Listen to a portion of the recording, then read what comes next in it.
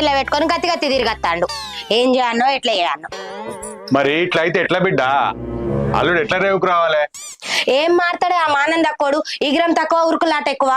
పనిగల్ల మొగోడైతే శని పట్టినట్టు పట్టు పొలాన్ని గిట్టం తిరుగుతాడా, గడ్డెంబడి గాడి తిరిగినట్టు.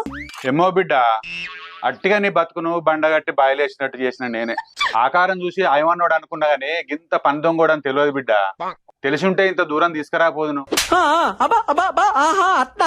గందుకే చెప్పినా నేను చింత కింద సీన్ గాని చేసుకుంటా అని. ఇన్నవా నువ్వు? వాటిగా గీనికిచ్చి నాకు గొంతు కోసినావు.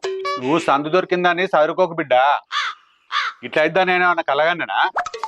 ఏం కలగన్నావో ఏమో, మునిగిందైతే నేనే కదా.